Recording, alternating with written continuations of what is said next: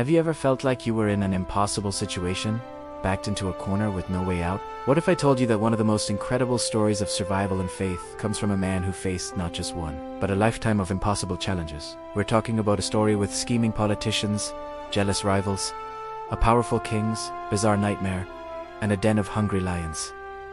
This isn't a new blockbuster movie, it's the real-life story of Daniel. And it holds powerful secrets that are just as relevant today as they were thousands of years ago. Stick around, because by the end of this, you'll see how the same principles that saved him can radically change the way you face your own challenges. Our story begins in Jerusalem, around 605 BC. Imagine being a teenager, your whole life ahead of you, when suddenly, everything is ripped away. That's what happened to Daniel. The mighty Babylonian Empire, led by King Nebuchadnezzar, conquered his homeland. Daniel, along with other promising young men from noble families, was taken captive and marched hundreds of miles to Babylon, the glittering, powerful capital of the ancient world. This wasn't just a change of address, it was a complete uprooting of his identity. They were even given new Babylonian names to erase their past.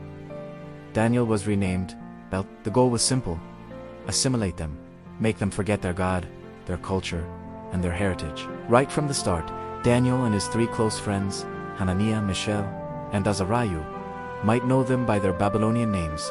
Shadrach, Meshach, and Abednego faced a critical choice. They were offered the king's finest food and wine. Now, this sounds like a pretty good deal, right? From captive to guest at the king's table. But there was a catch. This food was first offered to Babylonian idols, and eating it would have violated their deepest convictions and their commitment to God.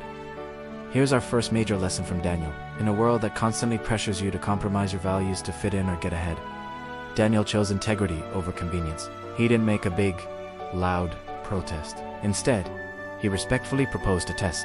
He asked the official in charge to let them eat only vegetables and drink water for 10 days, he said. Then compare our appearance with that of the young men who eat the royal food. It was a bold, faith-filled request. The official was nervous if they looked weak. It was his head on the line.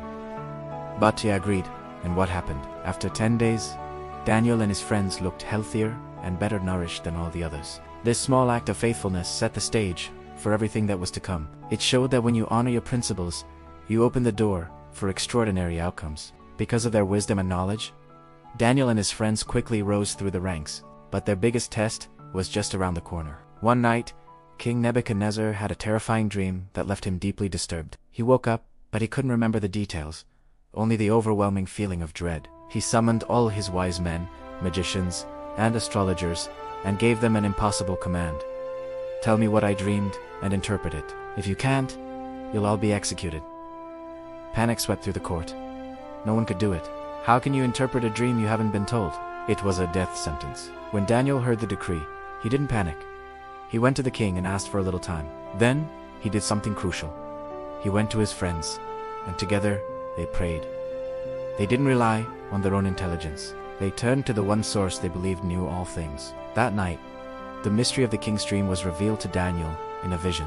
He saw a giant, magnificent statue with a head of gold, a chest and arms of silver, a belly and thighs of bronze, legs of iron, and feet of mixed iron and clay. Then, a rock, not cut by human hands, struck the statue on its feet, and the whole thing crumbled to dust, blown away by the wind. The rock then grew into a massive mountain that filled the whole earth. The next day, Daniel stood before the most powerful man in the world. But he didn't take any credit. He said, "There is a God in heaven who reveals mysteries." He explained that the different metals represented a succession of earthly kingdoms, each one powerful but ultimately temporary. The gold was Nebuchadnezzar's Babylonian empire. The silver, bronze, and iron represented the empires that would follow. But the rock, that represented a divine, everlasting kingdom set up by God that would crush all the others and stand forever. Nebuchadnezzar was stunned. Daniel had not only told him the dream he couldn't remember, but also gave a perfect interpretation. The king fell on his face and declared, "Surely your God is the God of gods and the Lord of kings." He promoted Daniel to be a chief ruler in Babylon. This event teaches us that our greatest breakthroughs often come not from our own strength, but from our willingness to be humble, seek divine guidance, and give credit where it's due. Years passed, Nebuchadnezzar was gone, and new kings and even new empires had risen and fallen, just as the dream predicted. Daniel, now an old man, had served with distinction under multiple rulers. He was known for his exceptional wisdom, integrity, and his unwavering devotion to his God. The current king, Darius the Mede, thought so highly of Daniel that he planned to set him over the entire kingdom, and this is where the jealousy starts. The other high officials couldn't stand it. They were corrupt, and Daniel was incorruptible. They couldn't find any fault in his work, so they decided to attack his faith. They knew Daniel prayed to his God 3 times a day, every day, without fail. So they devised a wicked plan. They flattered King Darius, convincing him to sign an irreversible decree. For the next 30 days, anyone who prayed to any god or human other than the king would be thrown into the den of lions. King Darius, caught up in his own ego, signed the decree. Now, what would you do? Would you pray in secret? Maybe skip praying for just 30 days. It seems reasonable, right? But not for Daniel. The law was signed, but Daniel went home, opened his windows toward Jerusalem as he always did, got on his knees, and prayed, giving thanks to his God. He did not change his routine. His commitment was not dependent on his circumstances. He chose faithfulness over fear. His enemies were watching, they caught him in the act, and rushed to the king. King Darius was devastated. He realized he had been tricked, and he had trapped his most trusted advisor. He spent the whole day trying to find a loophole to save Daniel. But the law was absolute. As evening fell, a heartbroken king gave the order. Daniel was brought to the lion's den. The king's last words to him were, "May your God, whom you serve continually, rescue you." A large stone was placed over the mouth of the den, sealed with the king's own ring. It was a hopeless, final act. The king spent a sleepless night, fasting and worrying. At the first light of dawn, he rushed to the den and called out in an anguished voice, "Daniel, servant of the living God, has your God, whom you serve continually, been able to rescue you from the lions?" Imagine the silence, and then a voice from inside the den. It was, "Daniel, may the king live forever. My God sent his angel, and he shut the mouths of the lions. They have not hurt me, because I was found innocent in his sight, nor have I ever done any wrong before you, your majesty." The king was overjoyed. He ordered Daniel to be lifted out, and there wasn't a single scratch on him. Why? The scripture says, because he had trusted in his God.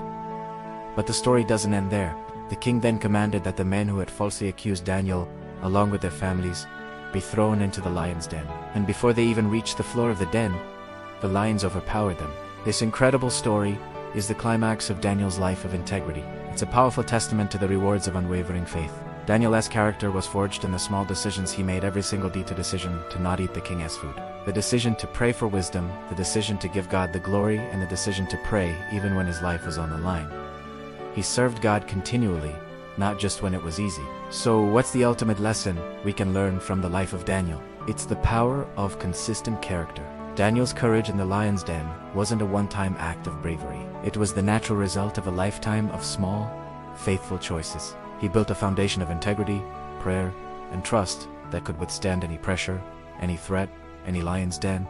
In our lives, we all face our own versions of the lion's den. It might be pressure at work to cut corners, temptation to compromise our values for popularity, or fear that paralyzes us from doing what we know is right. Daniel's story challenges us to ask, what are the daily practices that build our character? Are we willing to stand for what we believe in, even when we're standing alone? Daniel shows us that true strength isn't about being perfect or never being afraid. It's about where you place your trust. It's about developing habits of faithfulness day in and day out.